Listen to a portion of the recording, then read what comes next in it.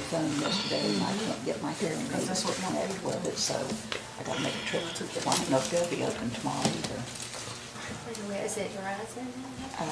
But I've got AT&T phone, but my hearing aids. You know who I'm gonna call. You know, where Nova, The Tom guy eye care, and then is the man. it's changed names, but it used to be Nova, Yep. that's what I got.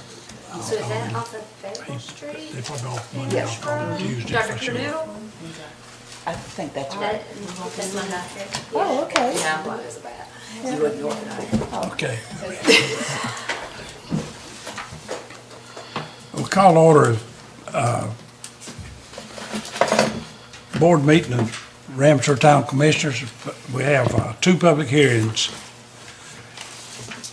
At this time, I would call the town planner, Brandon Emery.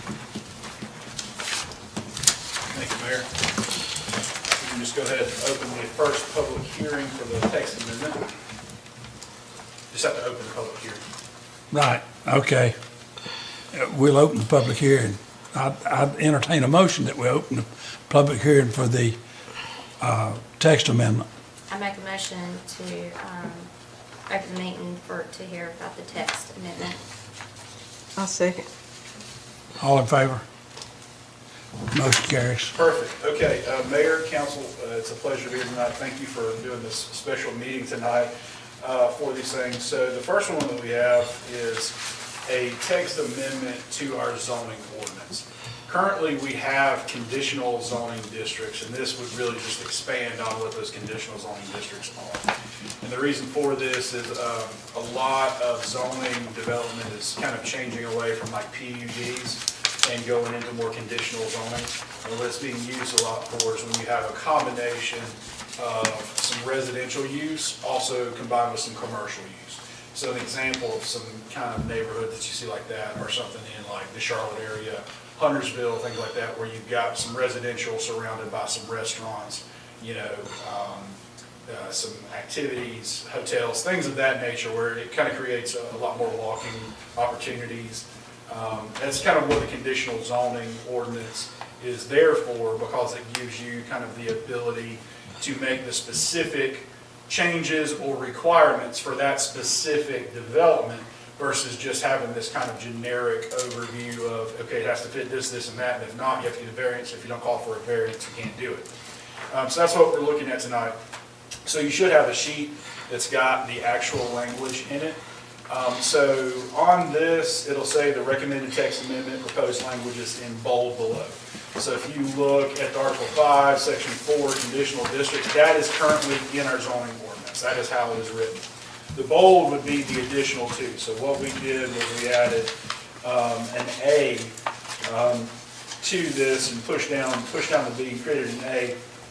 It's all read these 2. So on A, conditional zoning, there are 2 types of conditional zoning districts. One is the base district, the CD, the conditional district. This conditional zoning district is the equivalent to its corresponding general use. So what that means is if the general use is residential, then everything's going to be corresponding with that. You're not going to have that mix. Or if the conditional zoning is commercial or a business district, then it's going to remain that business district. You're not going to have this combination. But there are some things that maybe, an example in another municipality is some of the things that they have available in a business district, they only have available in a conditional zoning business district versus just that general. So you have that capabilities to apply that. Except as limited or expanded by the additional conditions that the applicant and the town mutually agree are necessary to ensure compatibility between land uses, conformances to adopted plans, and/or mitigation of expected development impacts.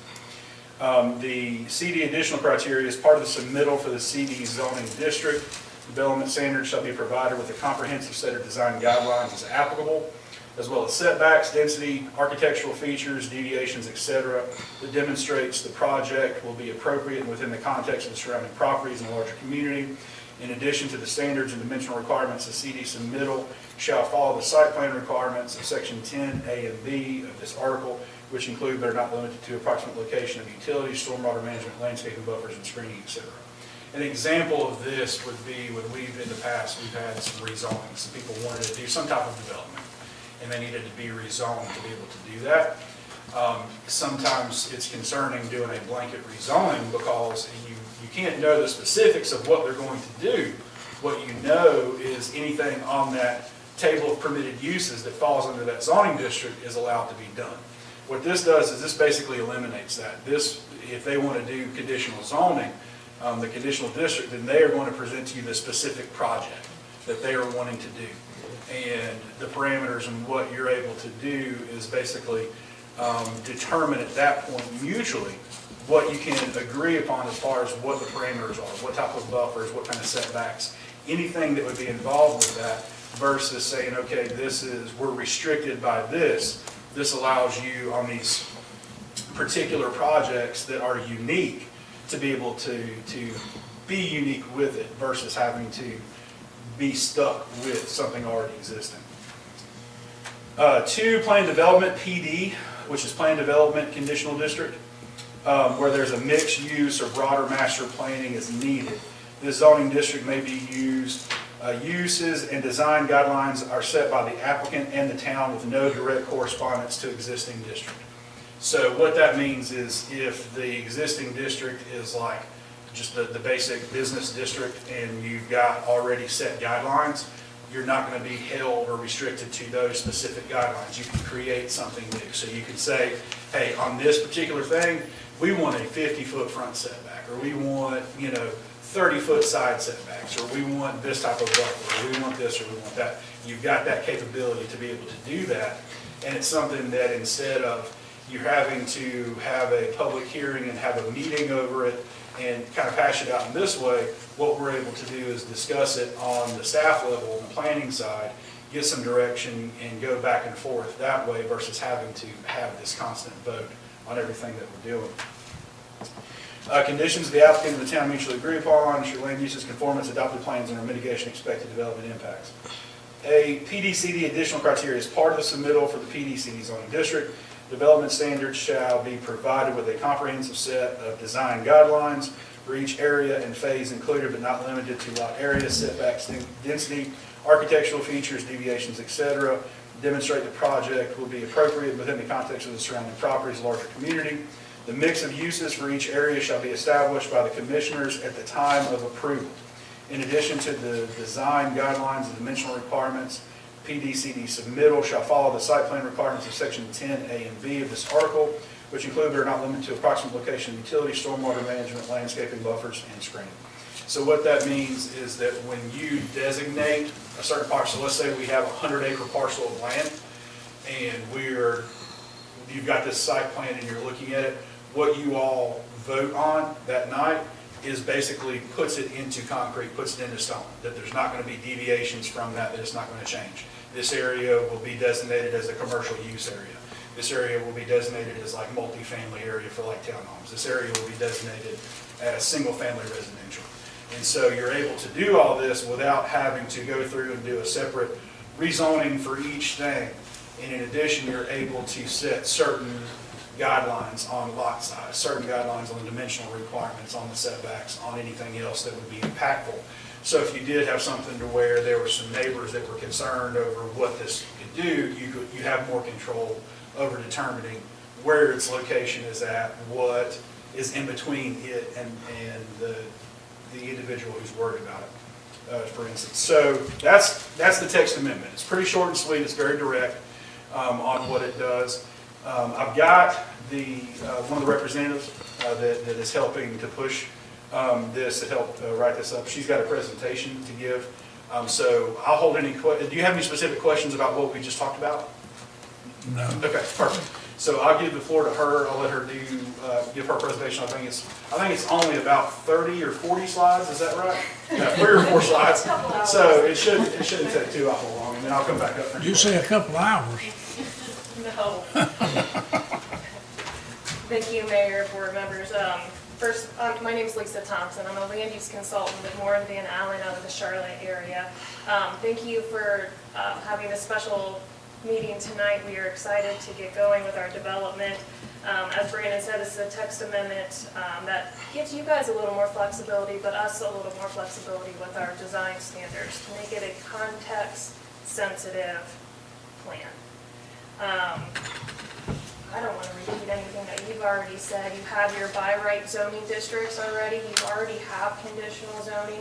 Conditional zoning gives you guys the discretion and the ability to vote yes or no. Again, context sensitive planning, if there is a tree save, a nice tree save area in one area and,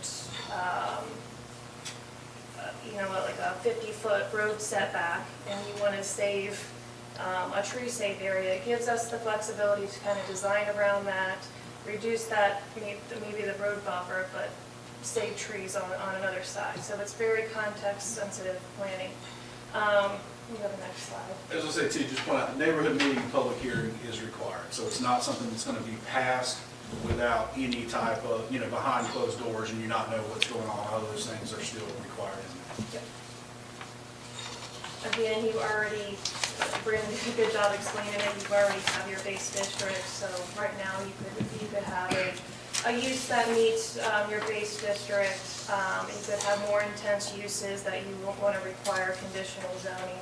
We're looking to add that whole plan unit development, so the commercial next to the residential type of larger development and flexibility. Both have additional criteria that Brandon already explained. You'll have your setbacks, you'll have your development areas with all the notes. You can follow your base district setbacks and height requirements, open space requirements, or you have the ability to deviate. Again, if you find tree save in one area or want to deviate that setback. Those standards are legally binding. So if we wanted to make a major change to that site plan, we would have to come back through you all, through a public process, redo the notices, let the public know that we're changing this legally binding site plan specific plan. So gives you guys discretion, but also give that An flexibility. example of this would be like height, where we would potentially have a limit on the height. Let's say a hotel's wanting to come in and they're wanting to do 5 floors, and the height restriction really restricts it to only 3 floors. Because of the conditional zoning, you're allowed to make some of those changes to allow something like that. Benefits of conditional zoning, one, to be able to have the conversation. It's not quasi-judicial, so you guys can meet with us, you guys can meet with the neighbors. Detailed site plan is required, so what you see is what you get. Certainty on layout, it gives the adjacent property owner some certainty. You're going to have a 50-foot buffer, you're going to have a 20-foot buffer, you're going to have X amount of landscape. Has open space benefits. You can require conditions, commitments to amenities. You can. I'll add that commitment to amenities. What that means is, let's say, okay, they're developing all this area, and you want to ensure that they create some level of green space, that they create some level of something dedicated to be able to have, so it's not just concrete jungle everywhere. You've got some more walkways, you've got trail space, you've got things like that that can be dedicated into it. Or even open to the public. Yeah. So if you want to require playground or Yeah, a tot lot or a park, it has to be balanced, but it's stuff you guys all have the ability to look at. And the biggest benefit is the community engagement. When you have your variances and your conditional use permits, you're stuck to what you hear the facts that evening. Conditional zoning allows you to have those conversations with the community and make sure it's something that fits in the area. That's all I have, but appreciate, again, your time this evening and having this special meeting. We're excited to get going. Thank you. Thank you. And we are also. So in addition to this, we followed the proper procedure, which is why we're having a special meeting tonight we followed the proper procedure in public notice for this. In addition, Bob wasn't able to be here, but he sat with us. We've had a lot of discussion back and forth in development. It has evolved a little bit from our first conversation that we had probably over a year ago, I think, initially, to actually get into the nitty-gritty. And so this is something that has been reviewed by the town attorney and was given his approval, his go-ahead on the language of this. And surprisingly, I think we only had like 2 changes that were recommended on it, and it was just literally some verbiage change. So it works out well. I think it would be beneficial. It's something that a lot of municipalities are going to, because it gives anything, I'm pro anything that will give the town, the elected officials, really the authority to be able to do something that's beneficial for the community as a whole versus being restricted. 160D changed a lot of things with variances where you had a little bit more freedom with some stuff before. Now you're very restricted on that, so it's almost, unless you don't want to have to do a text amendment every single time you want to have some development. You want to be, you want to be pro-development, so having an ordinance that is pro-development could be the difference between something coming to Ramseur and something going to Asheboro or going to Siler City. And so I think that this is something on a staff level that we recommend to do, and I think it's something that would definitely benefit the town as a whole. If y'all don't have any other questions, put out if there's anyone that would like to speak for or against, and then you can close this public hearing. I think it all speaks for itself. What I'm saying is part of the formality of the public hearing itself. You'll need to ask if there's anyone who wants to speak for Right. or wants to speak against. Anyone got anything they want to say? I'm concerned that, I'm just questioned that, is there properties already being considered for this, or is this for future reference that for any property that might be considered for this? So this amendment being put into the ordinance could be applied to Anywhere. any zoning that basically we went through that kind of rezoning process to make it conditional zone. So we would have to go through the process like we would for anything else. For the development, I think there is some property that is being looked at, but is it already in town limits or is it outside? Right now, it's outside. Right, so it's not anything that's affecting inside the town limits. And so it would be something that would be looked at as I think we want to do a voluntary annexation to bring Right, in, right. to be able to do this. So That's once, the 70 acres out there, just at the end of, on 64, right off 64 there. It's Reed Creek and Right. Like you're going it's down in Frontage. the southeast intersection of Reed Creek and 64. And I believe it's 127 acres.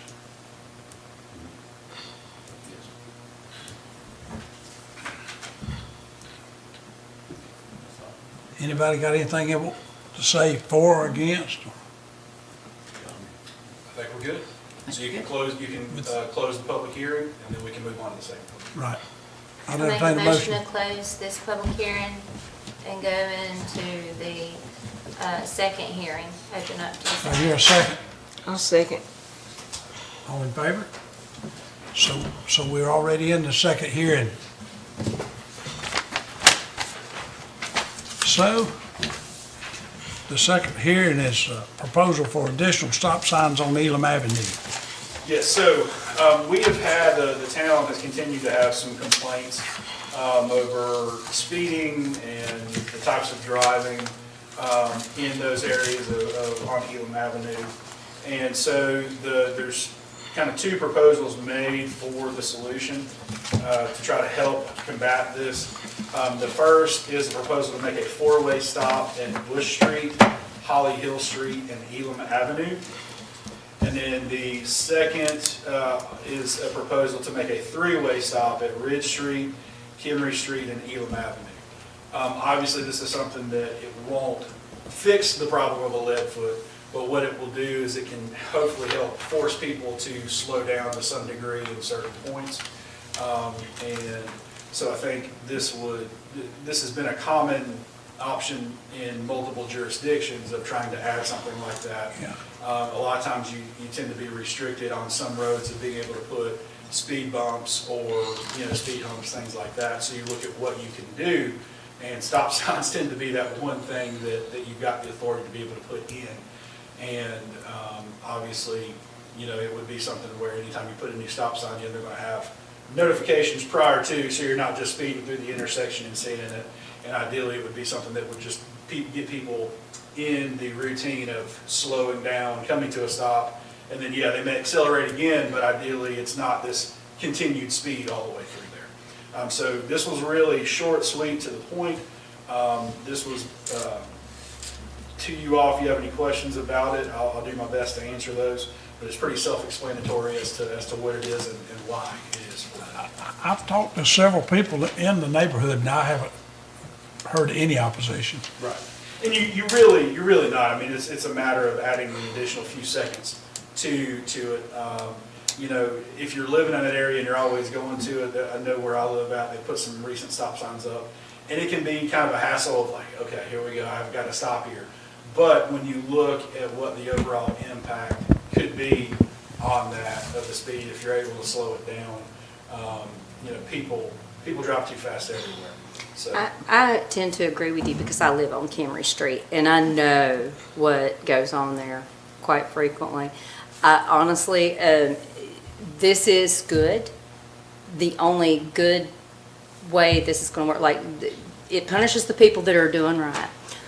The people that I know that are going by my street, this isn't going to faze them one bit. The only thing that this will do is if I can get the sheriff's office out there and then write the tickets for running said stop signs, that's what will curb that. But I can tell you, this will not be a solution for Elon, just because I know exactly who's doing it. So. And, you know, it's one of those things, it's like that you're really restricted as to what you can do. You know, ideally you go out there and in the middle of the night, you dig a little trench and, you know, or you put in a speed bump in overnight, you don't tell anybody about it, have it painted the same color as the road. And as they go across it and the car bounces up and then slams on the ground, they realize, hey, I may need to slow down. But we can't do that. And so this is kind of the first step in it to try to address these issues and these concerns. I think it would be beneficial to it, and I think if once they're put in, if we can get the sheriff's office out there to take some action, it's a whole lot easier seeing somebody blow through a stoplight than just trying to sit up and run radar. Yeah. And I think that actually having it stopped twice will deter some people from even going through there. And yeah, Happy's right about that, because that being a cut through, it will tick the people that are actually doing the wrong on that street. It will make them go And in what might opposite be good directions. coordination potentially is, assuming this passes and it's something that's going to be done, is try to coordinate with the sheriff's office and see if you could get them to, even if they're not out there, place a car out in that area. So that as you see the stop signs, you also see a sheriff's office car out there, whether they're in it or they're not, just something to have that visual so you realize, hey, I need to let off a little bit. Oh, they'll handle it. Yeah. So that's all we got for this, just for a matter of official business. Again, you ask, is there anyone Yeah, in yeah. opposition? I got a question, yeah. Okay. The name of the streets that you're going to put stop signs at? The reason why I ask is because Stewart and Ridge Street is a very problem. I live on that corner. The reason why I say it's a hill right there. You cannot see coming over that hill. And we got like half a dozen school buses come through there every day. And You there's know, more kids on that. I hadn't even thought about that far back, but that Well, see, makes sense. Elam ends at Kimbry. Right. And then Ridge starts at Kimbry and goes right over to 22. Right, and you're at Ridge and Stewart. I'm at Ridge and Stewart. Okay. And me being the Gladys Kravitz of my little corner, you know, then But- I see everything that goes along there. But it's just, it's definitely necessary because I've seen school buses almost hit each other coming across that hill there because you cannot see. Right. It's not just a speeding thing, it's a safety thing. But we'll look at that. Of course, if, you know, that'll require us to go through this stuff again, which we don't mind. But we'll look at it, and this, like we said earlier, the stop sign, the three-way and the four-way might stop some of that traffic. Of course, it's not gonna stop the school buses, Well, no, that's. but it might stop some of the other If traffic. you're stopping them on the other end of Elam, which is. They're using that as the cut through to Yeah. get delayed, Yeah. the other side of Yeah. 64, They come yeah. off 22, cutting through 60. But Jesse, Yeah, but it might stop them. We'll definitely look at it. So Yeah. we've got a process we have to go through Yeah. to be able to do it. But we will look at it. But I'm glad you mentioned that. I hadn't even thought about it. I know, I had mentioned it to Jason probably back in October about these stop signs. Well, yes, And just for the grins and giggles, just for the simple fact that it is dangerous through there. And if you ride through there yourself, you'll see that if you come up from Kimberly going towards 22, you cannot see over the top of that hill till you get almost on top of it. And we have a whole passel of kids in just within 3-4 houses on either side of me, across the street, down the street, riding bicycles and that type of thing. And it's not just a speeding thing, it's a safety thing. Yeah, So if you can check it out, we'll look at it. check that out. I'd like to see a 3-way stop there. That'd be good. Is anybody, we got anything else, anybody got anything else you want to say? I think we're good. Thank you. Close the public hearing. All right, I'll entertain a motion to close the public hearing. Make a motion to close the public hearing. Do I hear a second? I'll second. Closed. It's closed.